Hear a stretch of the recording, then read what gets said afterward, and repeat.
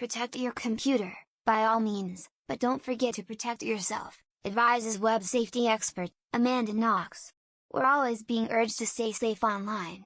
But in an era where the internet is part of our everyday lives for work, fun, study, shopping, even managing finances, it's not always easy to spot the dangers.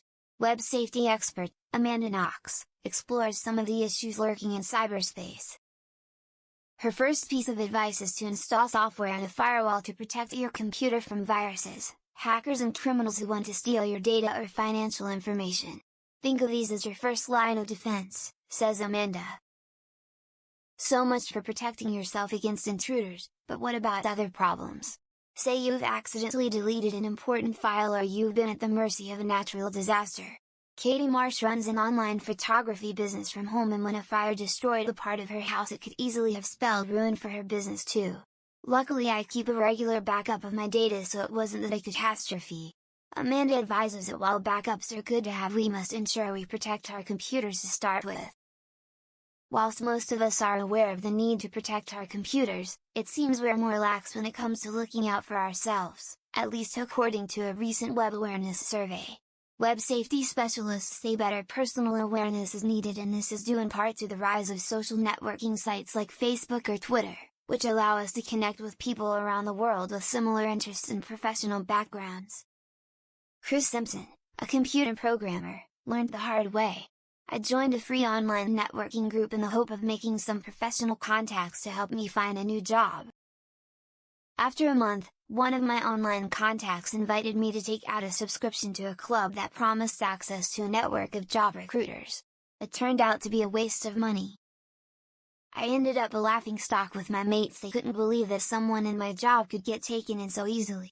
No wonder then that Amanda warns, it's easy to get complacent and let our guard down when we meet someone with the same interests online. This brings us to other potential pitfalls.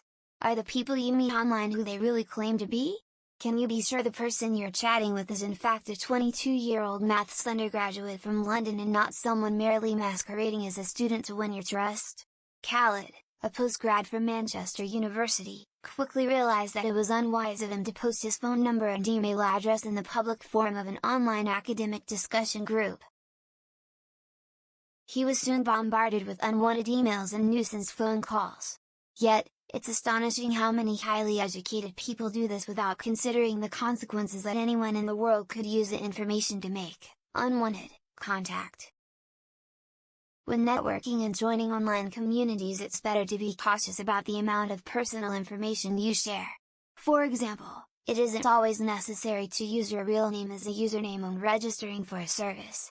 You could instead use a pseudonym, or a name that doesn't give away your real identity to other users.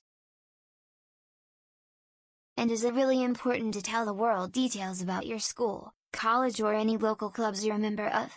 Sometimes it pays to be a little vague and simply say something like, I'm studying at college in Madrid at the moment and I'm a member of a local tennis club. If you do experience problems from another user, be prepared to report them for misusing the service.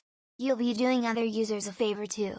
And if all else fails, check to see if it is easy to delete your account and leave the service if you choose to, and that you have the option to delete all your details.